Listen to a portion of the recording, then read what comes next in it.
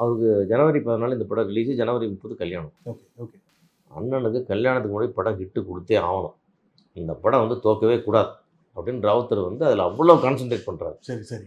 படம் பார்த்துட்டு கூட கூப்பிட்டு டேரக்டர் செல்லுமணி எல்லாரும் டீம் மொத்தத்தையும் உட்கார வச்சு இது கொஞ்சம் இப்படி இம்ப்ரூவ் பண்ணிக்கலாம், அப்படி பண்ணிக்கலாம், இப்படி பண்ணிக்கலாம். திருப்பி அவ்வளோ செலவு பண்ணியாச்சு, வியாபாரம் பண்ணியாச்சு.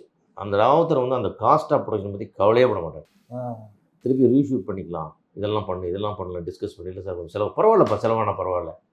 ஏன்னா இங்கே ஒரு பட்ஜெட்டில் தானே படம் பண்ணுறோம் அப்போ எல்லாமே. அப்போ செல்லுமணி கூட சார் கொஞ்சம் இது கொஞ்சம் அதிகமாகிடுச்சு, இது கொஞ்சம் பண்ணோம்னு இன்னொரு எபிசோடு மாதிரி வந்துடும் சார், செலவு பரவாயில்ல. டேரக்டரே அவ்வளோ சொல்லி. ஆமாம், இல்லை செல்லுமணி நம்ம படம் வந்து பெருசாக வரணும், இந்த இடத்துல எனக்கு இம்பேக்ட் செகண்ட் ஹாஃபில் இம்பேக்ட் குறையுது, அதை நீங்கள் சரி பண்ணுங்கள், இந்த ஷாட்டை கொண்டாங்க, அந்த ஷாட்டை கொண்டாங்க, இப்படி ஃபைட்டு ரீஷூட் பண்ணுங்கள், இந்த ஃபைட் எக்ஸ்ட்ராவாக எடுங்க, எல்லாம் பண்ணி திருப்பி ஒரு 15 நாள் ஷூட் பண்ண வச்சு அந்த படத்தை எடுத்து போட்டு ரெடி பண்ணி கல்யாணத்துக்கு முன்னாடி அந்த அவர் நினச்ச அந்த ஹிட்டை கொடுத்தார். 11 ஃப்ளாப்புக்கு அப்புறம் 12வது ஹிட்டை கொடுத்துருக்குது. சார். ஆமாம்.